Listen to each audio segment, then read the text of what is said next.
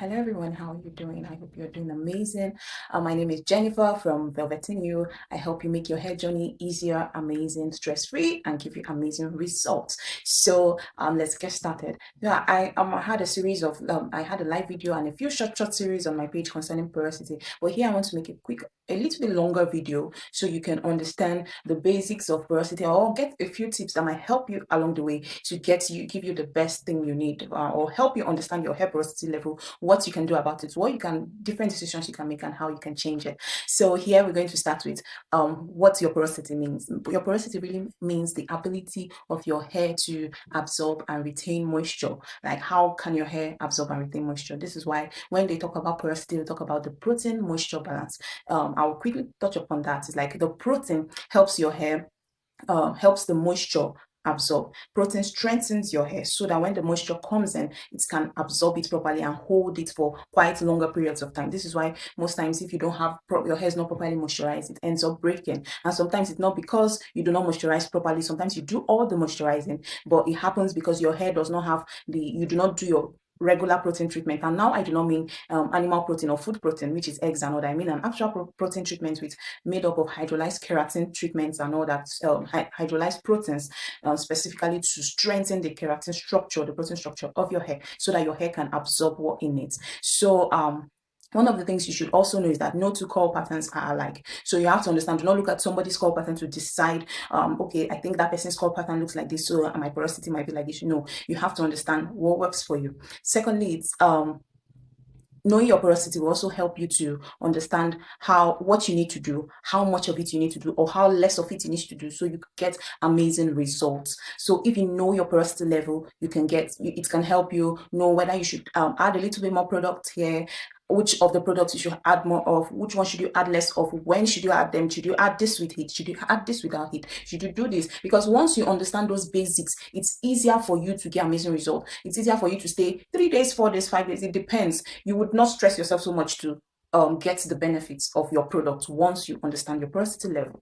So now we have a few tests, but I will talk about the strand test today. So for example, you take a strand of your hair, you decide if it feels hard, like when you move it, or when you take a strand of hair, for example, let me use mine. This is not a strand of hair, by the way. Well, I'll be heading, so I don't want to start mine. So if you just take a strand of hair, you move straight down. If it feels coarse or kind of dense and coarse as it's moving up and down, then you likely have lower porosity.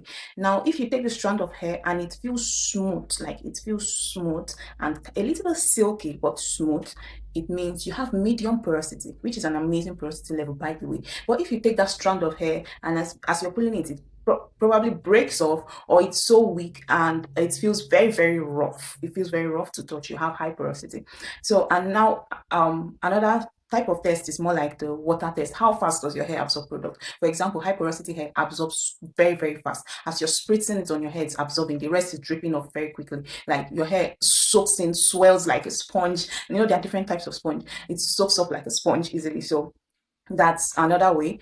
Secondly, but for high porosity, as it's soaking it quickly, it's sending it out immediately, very fast. So that's why you have to understand what porosity you are. For medium porosity, it takes a while for you to absorb. It absorbs your hair. It absorbs. Okay, so I had to pause this video. I don't even know where I stopped from. So about, I was saying the high porosity level, it the the water test, when you're going with for high, it soaks in quickly, but it sends it out very quickly. For medium, it soaks in a bit slowly, but it lasts also. It takes its time before it dries out. And then for low porosity, it takes a longer time for it to absorb. Like, you have to work it in, you have to massage it in, you have to go into the strands, maybe you do the praying method, that's what it's called, or the shingling method, before a product absorbs into your hair. And also, most of the times you need heat. So it's mainly when you're washing or when you're doing anything, you mostly need slightly warmer water for your hair to absorb product. And those ones, when you're doing deep conditioning, it's always better to use heat. So, and we have the shedding hair method, the one that when your shed hair falls off, you take it.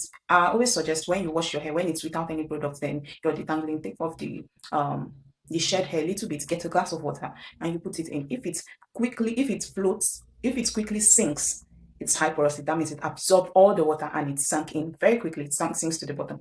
If it sinks slowly, and like stays around the middle, does not really go down, does not really go up, but takes its time to sink slowly, it's medium porosity. But if it stays at the top, it's majorly high porosity, low porosity. If it stays at the top or maybe just below the surface a little bit, it's high porosity. That means to say the water, it didn't absorb the water easily. Now I've done a few experiments and I've done a few tests with my with our deep protein treatment and other products mixed with my conditioner together, used for different times and all that. I did a few tests and my porosity started changing. Now initially when I started my hair journey, my hair was highly porous, highly porous, and always would break off. But now it's mainly medium to low porosity, because yeah, the methods you use and the kind of products you use can determine how long your hair, like the porosity of your hair, it can alter the porosity, like change it and make it stronger and better. So I'm not saying high porosity is a bad thing. Some people naturally have it, but you need to just know how to handle it and how to get your hair better. Because my natural hair was not naturally highly porous. Now we do not know that because we use products that damage our hair. And I'm not just talking about relaxer and all that, because even for relaxed hair, you need to know how to take care of it to still get it to the optimum level it needs to be for it to still grow, be fuller and stronger. So even if your hair is relaxed, you have to know. In fact, you need a protein treatment more often than someone whose hair is just natural and highly porous. So because your hair, basically it's more like your hair was highly porous due to damage or something else. You understand, if it's relaxer. But for natural person, your hair is highly porous because that's the nature of your hair. So you can just, it's doing your deep protein treatment to help you work with your hair better and absorb. Then for someone who damaged it to get to that level, it can help you renew and repair depending on what you are using.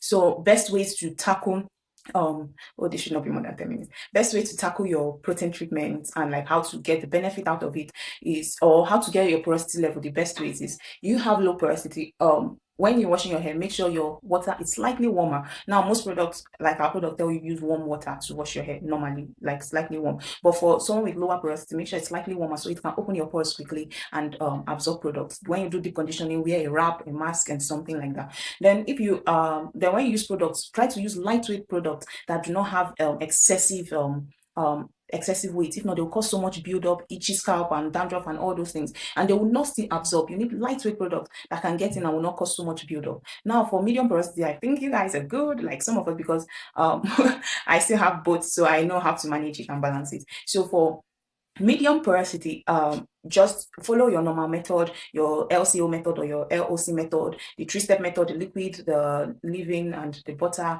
Use sparingly. You understand your hair, it will talk to you, you will understand it. It's easier to use that way. Then for high porosity, when you put in your hydrating product, you need a hydrating butter or something that's a bit slightly heavy that will still seal your ends, protect your hair, protects the moisture in for it to last a bit longer, and attract moisture instead of send out moisture quickly. Attract moisture. So you have to be careful of the kind of product you use if you want good results. So I hope this has been able to help some way. I think this is quite longer than I expected, but I just wanted to touch. This is not like I used a whole an hour to teach on porosity once. So this is just me shortening it to the best way and giving you a lot of information that you can get. I hope this has been helpful, and I hope you visit our page Velvetinho on Instagram, on Facebook. If you need any help, send a DM and let us know. Thank you. Bye.